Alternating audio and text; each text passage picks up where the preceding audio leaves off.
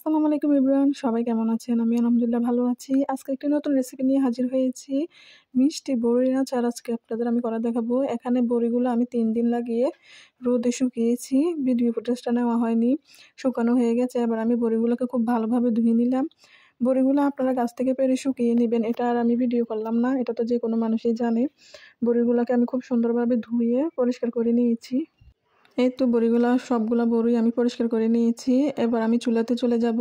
চুলাতে একটা কড়াই বসিয়ে দেব। খুব সহজে অল্প উপকরণ দিয়ে আজকে আমি আপনাদেরকে হাতের কাছের কিছু অল্প উপকরণ দিয়ে আমি আচারটা আজকে বানিয়ে দেখাবো। এখানে আমি কড়াইটা গরম হয়েছে। এখানে আমি সরিষার তেল দিয়ে দিচ্ছি।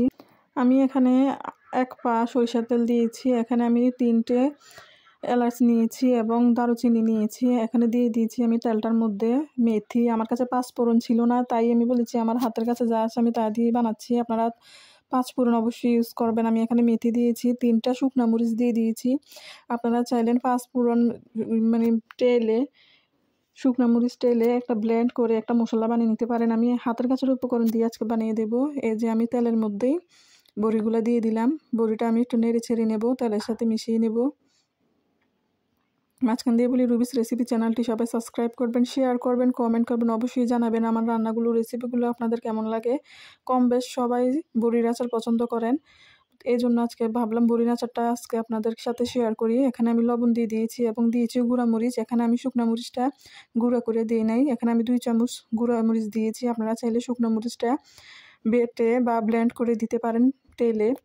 এই তো আমি একটু নেড়ে চেড়ে নিচ্ছি। এবার আমি এখানে এই আমার হাতের বাটিটা দেখছেন, এরকম একটা বাটি দিয়ে 1 বাটি চিনি দিয়েছি। 1 বাটি চিনি হয়েছে, আমার আর লাগে নাই।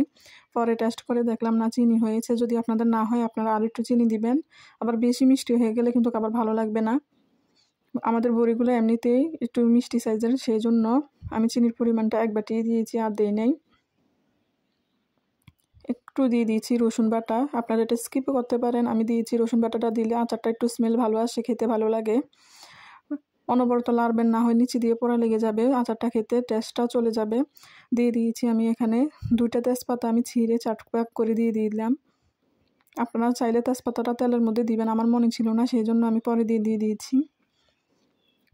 কে কে বড়ির আচার পছন্দ করেন অবশ্যই কমেন্টে জানাবেন।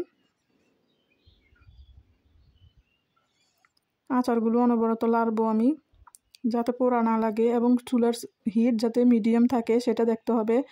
আমি তো পাতা দিয়ে করছি, আমি একটু পর পর পাতা বন্ধ করে আবার হালকা হালকা আগুন দিয়ে করছি। আপনারা যাদের গ্যাসের চুলা তারা লো হিটে করার চেষ্টা করবেন, একটু সময় নিয়ে করার চেষ্টা করবেন। সময় নিয়ে যত করবেন এতই আচারের টেস্ট ভালো আসবে।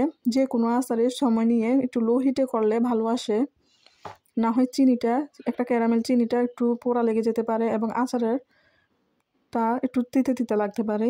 দেখুন বড়ির কালারটা কিন্তু পাল্টে গেছে, একদম পাল্টে গেছে। আচারটা আমি প্রায় 6-7 মিনিট এরকমভাবে জাল দিয়েছি। প্রায় হয়ে গেছে আমার বড়ির আচারটা। এই তো তৈরি হয়ে গেছে, আমি চুলা থেকে নামিয়ে নিয়েছি বড়ির আচার। আপনারা অবশ্যই বাসায় ট্রাই করবেন। বাজারের থেকে অনেক কিছু বাজারে ইউজ করে এটা খেলে স্বাস্থ্যের পক্ষে ক্ষতিকর। বাসায় তৈরি করে খাওয়ার চেষ্টা করবেন। আমি একটা ডালার মধ্যে ঢেলে 2 দিন এটা রোদে শুকাবো, শুকিয়ে সংরক্ষণ করব। ভিডিওটি দেখার জন্য সবাইকে ধন্যবাদ। আল্লাহ হাফেজ।